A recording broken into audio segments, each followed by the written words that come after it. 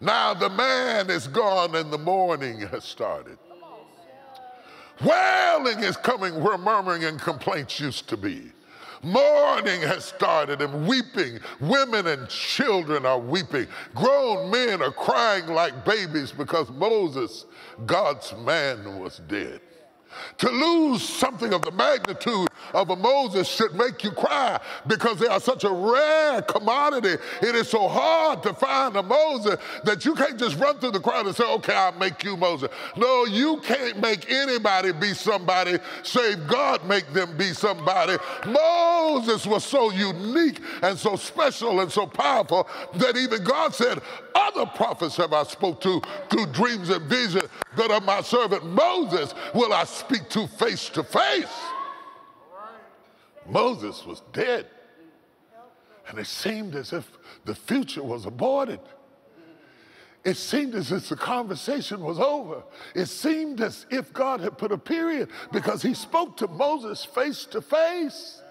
And if Moses was dead, the conversation is now over. And oh, if we don't hear from God, what will we do? Because Moses brought us the word of the Lord. Moses taught us the ways of the Lord. Moses gave us the directions of the Lord. And Moses was dead and the people were left with mourning. The weeping was overwhelming. The trauma was so strong. It was overwhelming. The women were wailing in the middle of the night. The children were weeping. Everything has now stopped at the bottom of the mountain. Isn't it funny that at the bottom of the mountain they mourn when there was a time that they danced naked around a calf at the bottom of another mountain? But now their dancing has turned into mourning and the people have lapsed into weeping because the man was dead. And perhaps so are we. Perhaps we will go no further. Perhaps we will not make the journey. Perhaps we will not go on. Because the secret of mourning is this: whenever people are weeping, always remember, they think they are weeping for who they lost. But in reality, they are weeping for themselves. There's a part of mourning that is laced with self-pity. Why could you do this to me? Why did you take her away from me? Why did you let this happen to me? Mourning always is laced with self-pity. It has a tinge of selfishness. And if you want to pull it out by the root, you have to recognize that part of our weeping is for ourselves and not for who we lost. Because in many, many cases, who we lost is through with suffering and agony and pain. And we wanted them to stay with us, even if it hurt them, and then they left us, and we are mourning. And so the children of Israel, who were known for their dancing and their pageantry and the way they orchestrated praise and worship, have ceased to worship. The children of Israel, who for generations were such worshipers that even the Babylonians asked them, sing unto us the song of the Lord, because Israel was known for how they danced. I wish I had some Hebrew music with me. There was something different about how the Hebrews danced before God. If you can dance in the desert, you can dance anywhere. The Hebrews danced in the desert up underneath a hot sun with sand in between their toes, and still they dance. Like Fiddler on the Roof, they dance. They danced in their culture and in their tradition. They danced in their faith and after their order, but the dancing has turned into mourning. And they've hung their harps again in the willow trees, and they have wept because Moses is dead. And they are busy mourning. Are you mourning? Are you mourning over someone you lost, or something you lost, or some job you lost, or some plan you lost that has gone awry just when you were almost there? I want to be transparent and admit to you that I understand that feeling well. It seems that just when I'm almost there, all hell breaks loose, and I worry, have I lost the mission? Because mourning will make you think you lost the mission. See, now if you'll notice my progression, I started out talking about the man. Number two, I started talking about the mourning. Number three, I'm talking about the mission. Because they were mourning because they thought that the man and the mission were the same thing.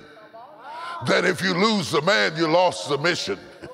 Oh, y'all don't hear what I'm saying. If you lose the man, you lost the mission. They thought that the man was the mission, but there's always a difference between the man and the mission. They thought that when God stopped talking to Moses, God had stopped talking. But they were wrong. They put a period where God put a comma. They ended where God just took another breath. Because God understood it was not just about being the man. It was about fortifying the mission. You cannot stop us by killing a man.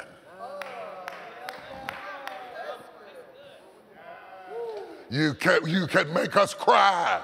You can make us weep. You can make us mourn. You can make us holler. You can make us sing sad songs. But you cannot stop a mission by killing a man. Oh, it didn't work with Gandhi. It didn't work with Dr. King. Oh, y'all don't hear what I'm saying? And it won't work now. It never did work. It didn't work with Moses. And it won't work today. Killing a man never stops a mission. God merely turned his head from talking to Moses and without a beat turned to his servant Joshua and said, now Moses, my servant is dead. As I was with Moses, so shall I be with you. God didn't go into mourning. He didn't go into depression. He didn't go into distress. He didn't panic. He didn't get disrupted. He didn't say, oh, my mission is aborted. I've lost my main man. I've lost my CEO. I'm going to have to file bankruptcy. God didn't say to himself, I can't get this thing done without Moses. As gifted as Moses was, still God said, as I was with Moses,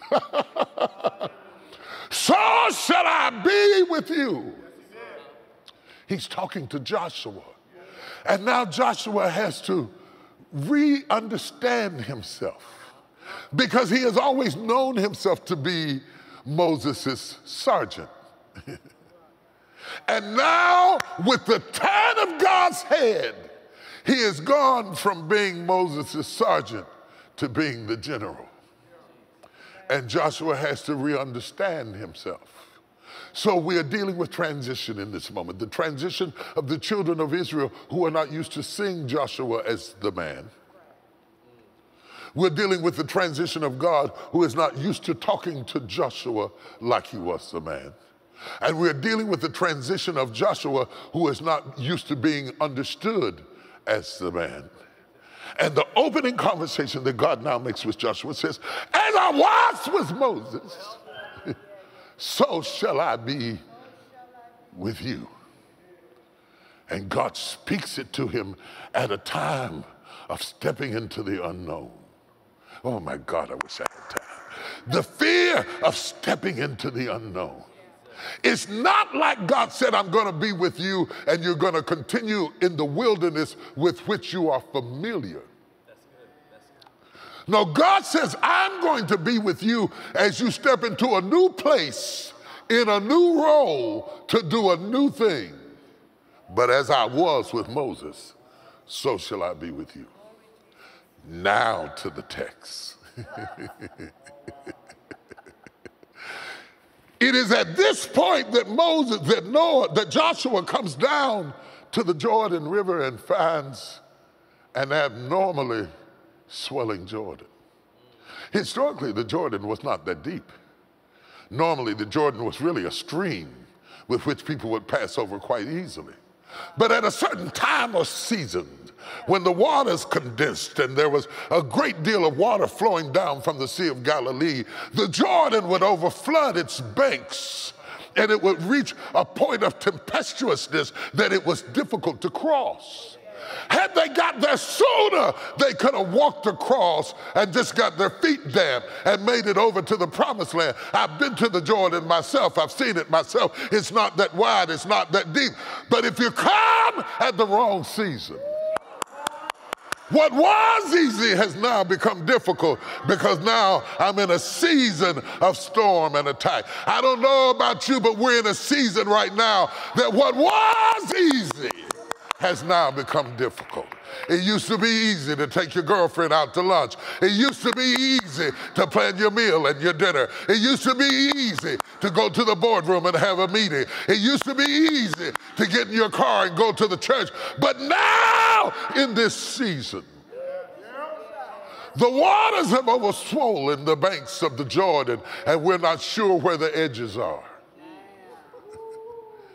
Have you ever lived a life where you weren't sure? I feel like preaching this morning. Have you ever lived in an environment where you weren't sure where the rules were? Where are the boundaries? Where does it stop? I don't know how deep it is. I don't know how long it is. I don't know how long I'd have to wait before it got back down to normal again. And I don't have time to wait for things to get better to go forward. I don't have time for them to change the policy for me to go forward. I don't have time for them to complete justice for me to go forward. I don't have time for them to pass legislation for me to go forward. I don't have time for them to have a political debate for me to go forward. I don't have time for the economy to come back for me to go forward. I don't have time for the stock market to come up before I go forward. I don't have time to wait on them to rebuild buildings for me to get a job. I don't have time. So now I've got to cross the swelling banks of the Jordan River. Now Joshua, who is a rookie in this role, has to go down to the Jordan River with the people behind him still sniffling for somebody else. It's like marrying somebody who's still in love with somebody. Oh, y'all don't hear me. See, I want you to see this text. If you don't feel this text, you'll read over this text and you'll say, I had it in Sunday school. Yeah, you had it, but you didn't hear it. You didn't feel what it's like to lead a people who don't want you. You didn't feel what it's like to follow behind somebody you're not sure of. How do we know that God is going to be with him like he was with Moses? All in the backdrop of his ears, in the rearview mirror of his car, he could hear them murmuring about the stories of Moses. Because if you really want to be great, die. People are always considered greater in their death than they were appreciated in their life. So if Moses was that great in his life, can you imagine the stories they were telling their children? There was a time we was with Moses and we were backed up in a corner and shoved to the wall. And Moses went up on the mountaintop and got us the victory simply by raising his hands. He didn't have to lift a sword. He didn't have to get a shield. He raised his hands and the Amalekites collapsed up under the glory. They were telling the stories of Moses, but they were following Joshua. I don't know who I'm preaching to today, but you're having to deal with people who are telling the stories of Moses, and yet they are following Joshua. I look with amazement as the collision of generations occurred between the civil rights leaders and Black Lives Matter. The civil rights leaders came up in my generation. They were the Moses of our generation. They fought back the enemy. They turned dogs loose on us and turned water hoses on our generation. They attacked us and still they marched on. They carried charred bodies of dead black girls out of church and still we fought back. We were the Moses generation. Sit-in strikes at Woolworths. I'm not going in another colored bathroom. I'm I'm not going to drink from another colored water fountain. I'm not going to go to another segregated school and give me my right to vote back. But Moses has now slid over into Black Lives Matter. And Black Lives Matter has become the Joshua of a sociological understanding of how our community understands themselves. And we're standing here having the benefit, on one hand, of seeing Black Lives Matter erupt into a worldwide revolution. No longer can you hinge it in with a grammatical argument, all lives matter. You can't argue about semantics when the whole world, black and white, is holding up signs saying Black Lives Matter. Now you sound a little bit stupid to shut down Joshua with semantics. Of course all lives matter. That's not the question. And you can't get an A if you give the wrong answer to the right question. There is no question that white lives matter. The question is, do Black lives matter? So if you want to get the answer right on the quiz, you got to check the right block. One truth does not cancel out the other. Saying Black Lives Matter does not cancel out that all lives matter. But we are used to stopping people with technicalities rather than to confront the underlying issue. Oh, I'm going to lose some viewers this morning. I can feel it right now. I'm going to lose some viewers. And all of a sudden I looked at, and Al Sharpton is up talking, and he reminds us of Moses, the old generation, the old guard, those that were there. Jesse Jackson is sitting in the crowd, ankles swollen and getting up in years. And the black community is trying to understand itself because we are stuck between Moses and Joshua. Joshua is radical, and Joshua is different, and Joshua is revolutionary. But Joshua doesn't realize that Moses wasn't always old. That in our day, Dr. King wasn't 40 when he was marching. Youth always gives way to age. And you only have a small window to do what you're going to do before you become obsolete. And now Joshua is leading a multi-generational group of people into a promised land while they murmur for Moses. If Dr. King was here today,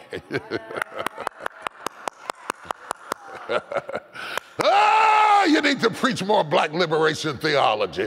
Cone said it ought to be this way. The church ought to be doing that way. You ought to pick it this way. And so you're seeing the collision of Moses and Joshua. And against the backdrop of the confusion of a people coming into the adolescence of identity, trying to figure themselves out, Joshua must move forward. Because after all, this is not about a man, this is about a mission. It is a mission. I saw one man out there, and I wouldn't have carried my child out there because it's dangerous, but he had his child out there on his shoulders. I understood why, because you want your children to remember. This is what it was like when we crossed. Yeah, it's a mission. This is a time for you to tell your children your family stories and tell them who they are and where they came from and what really happened. This is not a time for you to relegate the education of your children to the public school system because they have a tendency to get amnesia and leave chunks of the story out. And so Joshua now comes down to the Jordan River, and the people are uncertain. And he is uncertain. And to God, he is unproven. And he comes down to the Jordan River. And all he has to fight with is what God promised him. As I was with Moses, so shall I be with you.